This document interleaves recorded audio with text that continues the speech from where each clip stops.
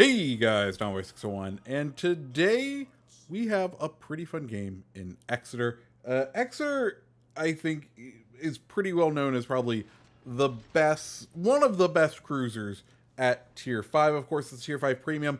It is a heavy cruiser of the British, but it doesn't share a lot of qualities with the other heavy British cruisers. Specifically, one, it's way more maneuverable than the tech tree ships, and two, and I think this is why I love Exeter so much, is it has a smoke screen. So I love the ships that have a smoke screen. It's just that little bit of extra utility that you get that you don't really get to see anywhere else.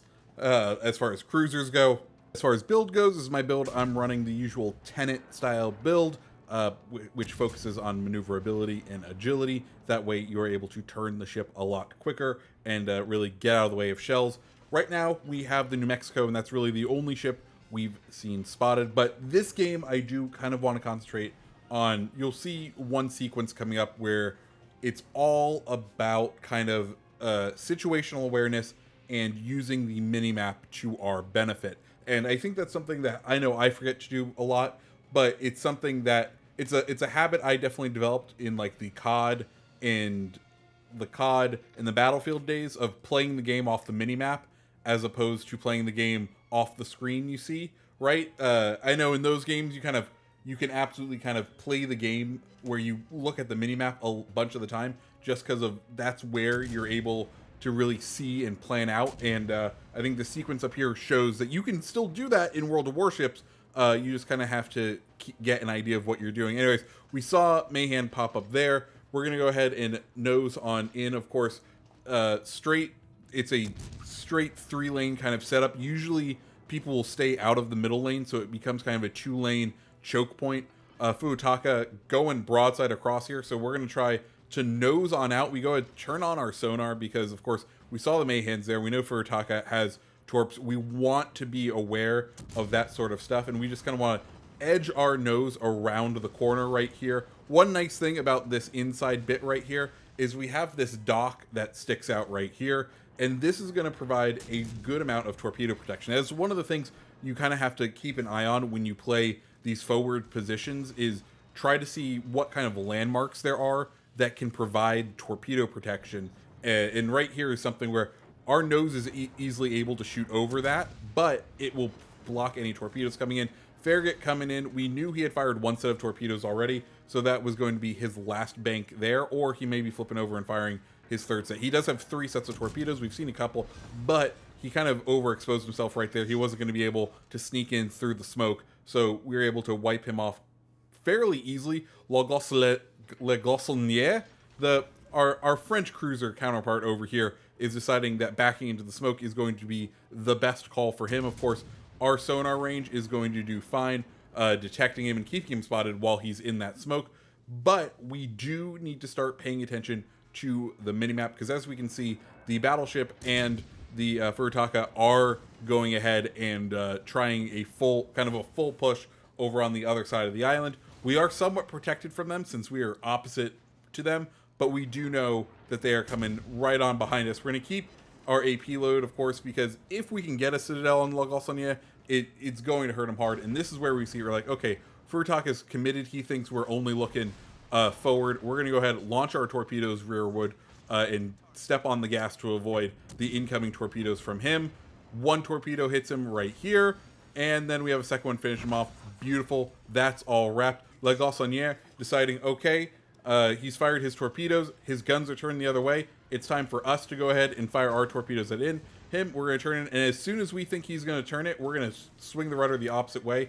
Keep the midpoint of the ship away from him. We go ahead and take him out with the torpedoes, but we're able to dodge him, and that's 2 ships in a relatively short amount of time. Of course, with torpedo dodging, I think you do absolutely need a very maneuverable ship, and Exeter is just that. You have to remember that the ships kind of pivot on that middle point, so depending on where the aim point is, and usually if you fire on the reticle, it's going to be at the midpoint of the ship. So if you are accelerating while the enemy is aiming, that midpoint is going to be shifting rearward, and if you turn into the torpedoes, because you have accelerated past the aim point, and you're turning in, the rear of your vessel is actually turning away from that aim point. So you can kind of go ahead and do those dodges that we saw right there. We go ahead, kind of sail out, thinking that we're going to help engage with the New Mexico, but New Mexico gets absolutely wiped right there. We're like, oh, okay, well,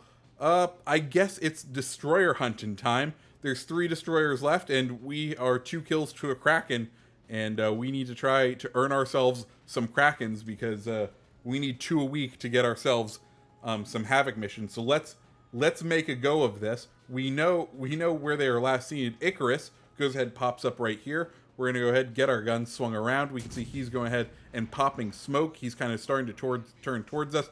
One thing we have to keep in mind, though, our sonar has not regened yet. We still have a minute left for that sonar to come up, so we need to play this very carefully. We can see he's going for the other side of the island, and we're going to kind of keep on a heading that makes him think we are going to go and sail straight, because we want him to think he will be as close as us to possible. As soon as we drop spot, or, well, we thought we were going to drop spot, but of course we didn't. We're going to go ahead and turn out, because we know he's planning on dropping torps. He's going to be close enough for his surface detection to be close enough, but we want to be turning out so we're getting away from the torpedoes, giving us as much time as possible, because it's a destroyer. He's going to be trying to torpedo us as he comes around that corner right there. He's fairly low on health right now. We go ahead, pop this next salvo into him. Sadly, we only get 1 hit. And as we had all that come, we are now seeing the torpedoes, and we just need to get ourselves straightened out right here to feed right on in. We're nice and straight. We're going to go ahead and fire our rear gun, and it knocks him fairly well. And now that the torpedoes are past, hard rudder in, and he is just a little bit of health away. And sadly, he gets right behind the island, and we're going to try to go for the maybe one of these shells will hit kind of shot. Sadly, we lose out on getting the kill on the Icarus, but we are now in their base, so we can start forcing some engagements, of course, because we know the enemy destroyers can't ignore us while we are sitting in the base. We go ahead and pop our heel and pop our sonar, because as we saw earlier, destroyers are in the area. We do kind of need to keep ourselves alerted as to where these destroyers could be. We see a 2 sets of torps right there in sets of 3. That tells us it's the Fubuki who is left that is going to be nearest us, and the Mayhan is going to be out somewhere else, or at least he's the one who didn't fire at us. But we are just kind of waiting in for something to happen. Of course, we have to kind of just be prepared. We're at full speed, seeing if we can go ahead and spot someone. And, well, Fubuki and the other destroyer go ahead and pop up. He pops up right there. We have a minute left on our sonar. We're going to try to close the distance. Hopefully he's popping the sonar, thinking he can go ahead and just hit the brakes in the smoke, and we can go ahead and keep him lit within our sonar range. He seems to be turning out, which is good for us, because when he's turning horizontal like that, we're going to close on him relatively quickly compared to if we were just straight out flat chasing him. We're going to go ahead and get all 3 guns in, turn back that way. We see he's launched torpedoes at us again, swing the ship in. Of course, Exeter, excellent maneuverability, as we've demonstrated multiple times already. He is very close to going down, so we just need a couple more shots. We end up taking out his torpedo launchers right there, and then we're going to go ahead and wait for the final reload on them. 1 shell down. We just need 1 more hit. We go ahead, pull the high caliber right there, knock him out. There we go. Swing the ship around, because we know there's 1 last ship. He has very little health, and we can try to secure ourselves the Kraken right here. Takes 1 more hit. Can we hit him? Mountains in the way. We take the shot. Sadly, he goes down, and unfortunately, we end up losing, but our teammate secures the Kraken, which means between us and him, well, we took out, 2 of us took out their entire team. Guys, that's Exeter. I hope you enjoyed the game. If you did, go ahead, hit the like button, hit the subscribe button, and I hope you have a great rest of your day. See ya.